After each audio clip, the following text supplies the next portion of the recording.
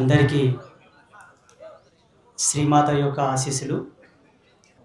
అందరూ ఒకసారి నమస్కారం పెట్టుకోండి. కాళ్ళకు చెప్పులున్నా పర్వాలేదు, దండం పెట్టుకోండి, ఏం కాదు. చెప్పులు ఉన్నాయని చాలామంది మొహమాటం పడుతుంటారు, బూట్లు ఉన్నాయని మొహమాటం పడుతుంటారు. ఏం కాదు, ఇదేం వ్రతం కాదు, నోము కాదు. మనమందరం సమావేశం అయ్యాం కాబట్టి ఇది సభా మర్యాద. అందరు దండం పెట్టుకోండి. నేను ఈ జగతికే మూలమైనటువంటి జగత్పిత యొక్క నామాన్ని పలుకుతాను, మీరందరు పలకండి. ఎక్కడ శివనామమును 3 సార్లు పలుకుతారో అది సాక్షాత్తు కైలాసంతో సమానం అని చెప్పి అనాదిగా మనకు ఉండేటటువంటి సత్యం, మనం నమ్మిన ధర్మం. కాబట్టి అది మాలాంటి ఒక యతినోట పలకగా ఇంకా చైతన్యం వస్తుందని చెప్పి ధర్మం చెప్తుంది. మీ అందరినీ పావనం చేయాలి. ఫస్ట్ మిమ్మల్ని ఫిల్టర్ చేసి మిమ్మల్ని శుద్ధి చేయాలి, తర్వాతకి చెప్పాల్సింది చెప్పాలి. నమస్కారం పెట్టుకున్నారు అందరూ? ఓం నమః శివాయ. ఓం నమః శివాయ. ఓం నమః శివాయ. ఓం నమః శివాయ. ఓం నమః శివాయ. ఓం నమః శివాయ. ఓం నమో నారాయణాయ. ఓం నమో నారాయణాయ. ఓం నమో నారాయణాయ. ఓం నమో నారాయణాయ. ఓం నమో నారాయణాయ. ఓం నమో నారాయణాయ. స్వామి, మేము రోజు ఇంట్లో పలుకుతూనే ఉంటాం, చాలాసార్లు మేము పలికాము. మీరు చెప్పిన దాంట్లో ప్రత్యేకత ఏముందని చాలామంది అనుకోవచ్చు. ఋషి యొక్క వాక్కులో ఉండేటటువంటి ధర్మాన్ని మీ అందరితో కలగలిపి పావనం చేశాను ఈరోజు. అది మీ యొక్క అదృష్టం. అలాగే మరొకసారి ఈ సభా ప్రాంగణం అంతా దద్దరిల్లిపోయేట్లాగా నాతో పాటు మీ కంఠాన్ని, మీ కంఠస్వరాన్ని కలపాలి. జై భవానీ. వీర శివాజీ. నేను జై భవానీ అంటాను, మీరు వీర శివాజీ అనాలి. ఎందుకంటే అక్కడ ఉండేటటువంటి మహనీయుడు సాక్షాత్తు శక్తి అంశ సంభూతుడు. శక్తి అంటే ఏంటి? జగతికి మూలమైందే శక్తి. ఏది ఉండబట్టి ఈ సృష్టి వచ్చిందో అదే శక్తి, ఆ శివాజీ అన్నమాట. నేను జై భవానీ అంటాను, మీరు వీర శివాజీ అనండి. కాకపోతే నా వాయిస్ ఎక్కువ వస్తుందా, మీ వాయిస్ ఎక్కువ వస్తుందో పోటీ పెట్టుకుందాం. జై భవానీ. వీర శివాజీ. జై భవానీ. వీర శివాజీ. జై భవానీ. వీర శివాజీ.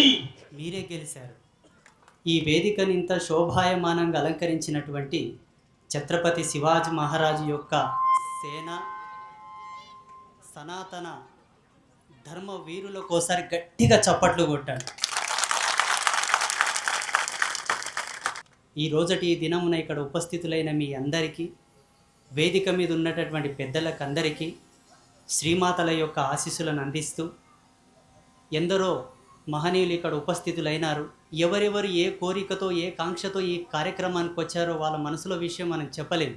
ఎవరు ఏ లాభంతో వచ్చినా, ఏ కోరికతో వచ్చినా, ఏ కాన్సన్ట్రేషన్తో వచ్చినా వాళ్ళ కోరికలు, వాళ్ళ మనసులో ఉండేటటువంటి అన్ని ధర్మాలు పరిపూర్ణంగా నెరవేరాలని చెప్పి మనస్ఫూర్తిగా ఆశీర్వాదం చేస్తూ, ఈనాటి ఈ కార్యక్రమం యొక్క ముఖ్య ఉద్దేశం ఏమిటి, అక్కడ ఆవిష్కరణ చేసినటువంటి ఛత్రపతి శివాజీ మహారాజ్ ఎవరు, ఎందుకు ఆయన్ని మనం ఈ గ్రామంలో నెలకొల్పామన్న విషయంలో ఒక్క 2 మాటలు చెప్పి నేను వెళ్తాను. ఇంకా 2 కార్యక్రమాలు ఉన్నాయి కాబట్టి పెద్దలను అడిగాను, అయ్యా నాకు ఫస్ట్ ఛాన్స్ ఇప్పించండి, ఆశీర్వాదం చేస్తా, ఒక మాట చెప్తా వెళ్ళిపోతాను. మిగతా కార్యక్రమం అంతా మా పెద్దలు డాక్టర్ భాస్కర్ యోగి గారు ఉన్నారు. మేము కాషాయం కట్టుకున్న యోగులము, వారు పాయింట్ సెట్ వేసినటువంటి యోగులు, వారు పరిపూర్ణం చేస్తారని ముందే అడిగాను నేను. అందుకే మొదటి అవకాశం నాకు ఇచ్చారు. ఛత్రపతి శివాజీ మహారాజ్ మానవ శరీరంతో పుట్టినటువంటి ఒక శక్తి.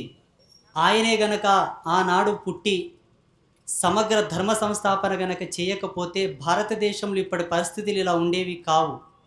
ఇన్ని జరిగినప్పటికీ ఇప్పటి సమాజాన్ని కొన్ని సందర్భాల్లో ఊహించుకోవాలంటేనే భయం వేస్తుంది. ఒకవేళ అటువంటి మహనీయులు ఆ కాలంలో ఉండి ధర్మమే ధ్యేయమని నడవకపోతే, ధర్మ సంస్థాపనం కొరకు కంకణబద్దులై నిలవకపోతే, ఇప్పటి పరిస్థితులు ఊహించుకుందామన్నా మనకు సమయం ఉండేది కాదేమో. అటువంటి మహావీరుడు, ధీరుడు, శూరుడు, ఛత్రపతి అనే పదమునకు పరిపూర్ణమైనటువంటి అర్థం, ఆ నిలువెట్టు నిదర్శనమే ఛత్రపతి శివాజీ మహారాజ్. ఈరోజు మనం ఆవిష్కరణ చేసుకున్నాము. చాలామందికి కొంత సందేహం ఉండి ఉండవచ్చు. ఏదైనా ఒకటి చేయాలంటే దాంట్లో ఏదైనా ప్రత్యేకత ఉండి ఉండాలి కదా, ఎందుకోసం శివాజీ మహారాజుని ఊరలో పెడుతున్నారు? నేనైతే చాలా సభలో చెప్పాను, ప్రతి ఊరిలో శివాజీ మహారాజ్ విగ్రహం పెట్టండి, ప్రతి గ్రామంలో పెట్టండి. అది చిన్న పల్లె అయినా, ఒక తాండా అయినా, ఒక పంచాయతీ అయినా, పట్టణమైన, నగరమైన, ఏదైనా పర్వాలేదు. ఇంకొక ముఖ్యమైన విషయం కూడా నొక్కి నుంచి చెప్పాను, ఎక్కువ పబ్లిక్ సముదాయం ఉన్న ప్లేస్లలో పెట్టండి అయ్యా అని చెప్పాను. ఎందుకోసం అంటే ధర్మంలో ఒక మాట చెప్తారు, దేనినైనా మనం చూసామంటే దాని యొక్క తాలూకు శక్తి, దాని తాలూకు కళాకర్షణ శక్తిని మనం ఆస్వాదిస్తాము. ఆ రిఫ్లెక్టింగ్ పవర్ మన బాడీకి ఉండదు, ఆ రిఫ్లెక్టింగ్ శక్తి మన బాడీకి ఉన్నది. కాబట్టి ఇటువంటి వీరుణ్ణి పొద్దున్నేసి ఆయన ముఖం చూసినా మనలో ఆ వీరత్వపు కళలు ప్రవేశిస్తాయి. రేపు పుట్టేటటువంటి మన పిల్లలు అటువంటి వీరుల్లో పుడతారు. కాబట్టి ప్రతి గ్రామంలో, ప్రతి ప్రదేశంలో ఛత్రపతి శివాజీ మహారాజును పెట్టాలి. రేపటి తరం అడుగుతారు, అమ్మా ఎవరు ఈయన గుర్రం మీద కూర్చున్నాడు, కత్తి పట్టుకున్నాడు, ఏమిటి ఈయన ఉద్దేశం, ఎందుకోసం కత్తి పట్టుకున్నాడు, ఆ కత్తిని ఎత్తి పట్టుకున్నాడు ఏమిటి అని అడిగినప్పుడు, ఆయన చేసినటువంటి వీర సాహసోపేతమైనటువంటి గాథలు మనం చెప్పాల్సి వచ్చినప్పుడు, ఆ బాలుడు ఆ కథలు విన్న తర్వాత వానిలో ఉండేటటువంటి శక్తి, వానిలో ఉండేటటువంటి జాగృతం తప్పకుండా జాగృతం అవుతుంది, వాడు చైతన్యవంతుడు అవుతాడు. కాబట్టి ఇటువంటి మహనీయుని ప్రతి ఒక్కరూ ఆదర్శవంతంగా ముందు పెట్టుకొని నడవాలి. అది ధర్మానికి ఎంతో రక్షణగా నిలుస్తుంది. కాబట్టి ఛత్రపతి శివాజీ మహారాజ్ విగ్రహాన్ని పెట్టడానికి సహకరించినటువంటి పెద్దలు, ముఖ్యంగా యూత్, వాళ్ళందరికీ నా హృదయపూర్వక ధన్యవాదాలు తెలియపరుస్తున్నాను. అలాగే శివాజీ మహారాజ్ అనే ఒక శక్తి, వ్యక్తి అని ఎప్పుడు అన్నది ఒక శక్తి. ఎందుకంటే వ్యక్తి ఏమి చేయలేడు, వ్యక్తి చేస్తే ఏదైనా ఒకటి కనిపెడతాడు, ఏదైనా ఒకటి సృజిస్తాడు, ఇస్తాడు. వ్యక్తి ఎప్పుడే కానీ లోకమన్ననలు పొందేటటువంటి కార్యక్రమాలు చేయడు. శక్తి ఏదైనా తనలో ఉంటే తప్ప ప్రజామన్ననలను పొందుతూ 10 మందితో జై కొట్టించుకుంటూ ప్రపంచానికే దిశానిర్దేశకమయ్యేటట్టు ఒక అంబాసిడర్గా నిలుస్తున్నాడంటే ఆయనలో శక్తి ఉంటుంది కాబట్టి ఆ పని చేస్తాడు. అందుకే ఛత్రపతి శివాజీ మహారాజు ఒక శక్తిగా మనం సంబోధించాలి. ఇటువంటి మహనీయుల యొక్క శక్తిని భావితరాలకు ఎందుకు ఆదర్శంగా ఇస్తున్నారు? శివాజీ మహారాజు ఒక హిందూయిజం కోసం ఉన్నాడా, హిందుత్వం కోసం ఉన్నాడా, కాషాయం కోసం ఉన్నాడా, భగవా కోసం ఉన్నాడా అని చాలామంది అనుకుంటుంటారు. కాదు, ఆయన అందరినీ గౌరవించాడు, అందరినీ చేరదీశాడు, అందరి యొక్క మంచి చెడులను చూశాడు. అందుకే ఈరోజు ప్రతి ఒక్కరు హృదయంలో ఆయన నిలిచిపోయాడు. ఒకరి కోసం ఉండలేదు తను, ఒక వర్గం కోసం ఎప్పుడు ఉండలేదు తను. ఆనాడు శివాజీ యొక్క సామ్రాజ్యంలో ఎందరో మహమ్మదీయులు ఉన్నారు. ఆయన సామంత రాజులుగా ఎంతో మంది కూడా మహమ్మదీయ రాజులు ఆయనకు సపోర్ట్ చేశారు. ఈనాటి సమాజంలో శివాజీని చాలామంది వాళ్ళు విమర్శించుకుంటున్నారు, వాళ్ళు దూరంగా అనుకుంటున్నారు తప్ప అది ఎన్నటికీ సమంజసమైన విషయం కాదు. శివాజీ ఎవరిని వ్యతిరేకించలేదు, ఎవరిని ధిక్కరించలేదు, ఎవరిని కించపరచలేదు, ఎవరి మీద అన్యాయపు దాడులు చేయలేదు. కేవలం ఛత్రపతి శివాజీ మహారాజు యొక్క ఎజెండా ఏంటో తెలుసా? నీ తల్లిని నువ్వు గౌరవించుకో, నీ తల్లిని నువ్వు సేవించుకో, నీ తల్లిని నువ్వు ఆదరించుకో. నా తల్లిని ఎవడవురా నువ్వు అనడానికని ప్రశ్నించాడు. నా తల్లి జోలికి రావడానికి నువ్వు ఎవడవురా అని ప్రశ్నించాడు. ప్రతి ఒక్క వ్యక్తికి మాన మర్యాదలు ఉంటాయి, ప్రతి ఒక్కరికి సెల్ఫ్ రెస్పాన్సిబిలిటీ ఉంటుంది. కాబట్టి ఆయన ఒక శక్తి వలె నిలబడ్డాడు. ఈనాటి మన జాతికి, ఈనాటి మన ధర్మానికి, మన దేశానికి, భరతమాత నుదుటి మీద తిలకానికి ఎప్పటికీ చెరిగిపోలేనటువంటి గౌరవం తెచ్చాడు ఛత్రపతి శివాజీ మహారాజ్. ఈ సోషల్ మీడియా కాలంలో ఆయన గురించి చెప్పాల్సిన అవసరం ఏం పెద్ద అవసరం లేదు. యూట్యూబ్ ఓపెన్ చేసి ఛత్రపతి అని నువ్వు కొట్టగానే శివాజీ ఆటోమేటిక్గా యూట్యూబ్ చెప్పేస్తుంది. యూట్యూబ్లో ఎందరో ప్రవచనకర్తలు, ఎందరో మోటివేషనల్ స్పీకర్స్ చాలామంది వీడియోలు చేస్తారు శివాజీ మహారాజు గురించి. అటువంటి మహనీయుని ఈరోజు ఈ గ్రామంలో పెట్టుకున్నందుకు ఈ గ్రామ ప్రజలు, ఇక్కడ నివసించేటటువంటి ప్రాంతవాసులందరూ కూడా ధన్యులయ్యారు. మీ అందరికీ మనసు పూర్తిగా హృదయపూర్వకంగా ధన్యవాదాలు తెలుపుతూ చిట్ట చివరి ఒక చిన్న మాట చెప్పి నా ప్రసంగాన్ని ముగిస్తాను. ఈ మధ్యలో సనాతన ధర్మంలో ఒక కలగొర కంప మొదలైంది. ఏమిటి ఆ కలగొర కంప అంటే శైవం వైష్ణవం, శివుడు వేరు నారాయణుడు వేరు అని ఒక కలగొర కంప మళ్ళీ చిచ్చు పెట్టిండ్రు. ఎందుకు పెట్టినరో తెలియదు. ఆ చిన్న చిచ్చు వల్లనే మన జాతి ఇప్పటికీ కోలుకోలేనటువంటి దెబ్బ ఇప్పటికి అనుభవిస్తుంది మన ధర్మం. దయచేసి ఇక్కడ కూర్చున్న వాళ్ళందరికీ, నా ముందున్న వాళ్లకు, నా ఈ పెనుక ఉన్న పెద్దలకు అందరికీ చేతులు జోడించి దండం పెడుతున్నారు. ఆ ఉచ్చులో మీరు పడొద్దు, ఆ మాయలో మీరు పడవద్దు. ఆ మాయలో పడి కొట్టుకునే వాళ్ళు ఎవరైనా కొట్టుకోకో. పండితులు కానీ, సిద్ధాంతులు కానీ, బ్రాహ్మణులు కానీ, విప్రులు కానీ, వేదాంగవేత్తలు ఎవరైనా సరే వాళ్ళు కొట్టుకోకో చచ్చిపోకోకో మనకు అనవసరం. సామాన్యమైనటువంటి మీరు నా బిడ్డలతో భావిస్తాను. మీరందరూ భరతమాత బిడ్డలైనప్పుడు ఒక సాధువు, ఒక యతికి కూడా మీరు బిడ్డలే. మీరు ఆ మాయలో పడవద్దు. శివుడు వేరు, విష్ణుమూర్తి వేరు, మీరు నారాయణ భక్తులు, మేము శివభక్తులం. రాముడు వేరు, కేశవుడు వేరు, విష్ణు వేరు. ఈ మాయలో మీరు పడవద్దు, ఈ ట్రాప్లోకి మీరు రావద్దు. నాకు ఈ మధ్యలో చాలామంది ఫోన్ చేస్తున్నారు. రోజుకు ఒక 30-40 ఫోన్లు వస్తాయి. ఏదో ఒక ఇష్యూ జరిగిందంట, ఆ ఇష్యూ మీద మాట్లాడండి. ఎందుకు మాట్లాడట్లేదు, ఎందుకు ప్రశ్నించట్లేదు, మీరు ఒక వర్గానికి పక్షపాతం వహిస్తున్నారని చెప్పి పెద్దలు చాలామందిని హెచ్చరిస్తున్నారు, ప్రోత్సహిస్తున్నారు. నేను ఒకటే మాట చెప్పాను. రాముడైనా, కృష్ణుడైనా, శివుడైనా, హరుడైనా అందరూ భరతమాత యొక్క ఒడిలో ఉన్నవాళ్ళే. కాబట్టి ఎవరిని ప్రశ్నించడానికి, తిరస్కరించడానికి నేను అధికారం తీసుకోను. చూడండి, 2 కళ్ళు మిమ్మల్ని చూస్తున్నాయి. ఏ కంటికి దృష్టి ఎక్కడ ఉందంటే ఏం చెప్తాం? చెప్పలేం. శివుడు వేరు, విష్ణు వేరు అని ఎక్కడ ప్రస్తావించలేదు. అసలు సనాతన ధర్మంలో ఆ కంప లేనే లేదు. కొందరు ఉద్దేశపూర్వకంగా స్వలాభం కోసం ఆ చిచ్చును పెట్టారు. కాబట్టి ఈ చిచ్చు ఎక్కువ అంటుకొని మన ధర్మాన్ని ఇంకా కాల్చివేయకుండా ఉండాలని చెప్పేసి ఇక్కడ ఉండేటటువంటి పెద్దలకంతా నేను చెప్తున్నాను. చూడండి, శివాలయానికి వెళ్ళండి, రామాలయానికి వెళ్ళండి, అమ్మవారి గుడికి వెళ్ళండి. ఎవడన్నొచ్చి ఏమయ్యా నీవు శివభక్తుడో కదా, ఆ గుడికి ఎందుకు వెళ్ళావంటే ఒకటే మాట చెప్పండి. ఈ గుడిలో ఆ గుడిలో ఉన్నది ఒకటే దైవం, ఒకటే సత్యం, ఒకటే ధర్మం. విభేదించేయడానికి ఎవడన్నా సాహసం చేస్తే ఒకటే మాట చెప్పండి. నువ్వు విభేదించాల్సిన అవసరం కనుక వస్తే ఈ దేశంలో ఉండడానికి, ఈ ధర్మం ఉండడానికి నీకు అర్హత లేదని కూడా చెప్పండి ధైర్యంగా. ఎందుకంటే మన దేశం ఎన్నో ఆటుపోట్లను ఎదుర్కొన్నది. ఎవరితో? విదేశీయులతో, విధర్మీయులతో. ఆ నెత్తి నొప్పే సరిపోయింది అనుకుంటే మధ్యలో ఈ చిచ్చులు ఎందుకు మనకు? ఈ చిచ్చులు ఎందుకు మనకు? ఎవడో విధర్మీయుడు లింగమర్మం అని ఒక షార్ట్ ఫిలిం చేసి శివుని అసభ్యకరమైన చిత్రీకరించిన వాడు ఉన్నాడు ఈ దేశంలో. ఒక్కడన్నా వాడిని ప్రశ్నించారా, తిరస్కరించారా? ఎవరు తిరస్కరించలేదు. కృష్ణుని అసభ్యకరంగా చిత్రీకరించడానికి ఎన్నో షార్ట్ ఫిలిం చేశాడో వాడు. ఎవడన్నా ప్రశ్నించాడా, తిరస్కరించారా? ఎవరు తిరస్కరించలేదు. మళ్ళీ ఇప్పుడెందుకు ఈ కంప, ఇప్పుడెందుకు ఈ లొల్లి? మేమేమో మఠాలని, పీఠాలని, ఆశ్రమ ధర్మాలని, సన్యాస నియమాలను పక్కన పెట్టి స్టేజ్ల మీదకి ఎక్కి ధర్మం గురించి మాట్లాడి రోజుకు 30-40 థ్రెట్ కాల్స్ వస్తాయి నాకు. ఇన్ని ఎదుర్కొంటున్నాం మేము. చిన్న స్థాయి, చిన్న బ్యాక్గ్రౌండ్, ఇప్పుడిప్పుడే ఎదుగుతున్నటువంటి ఆశ్రమాలు మావి.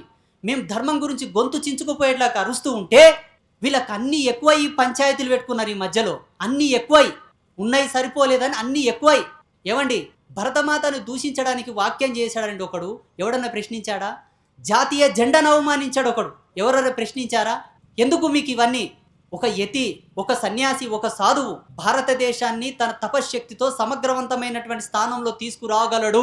వేదాల ప్రకారంగా, ధర్మం ప్రకారంగా ఆయనలంత తపశ్శక్తి ఉంటుంది, ఆయనలంత మంత్రశక్తి ఉంటుంది.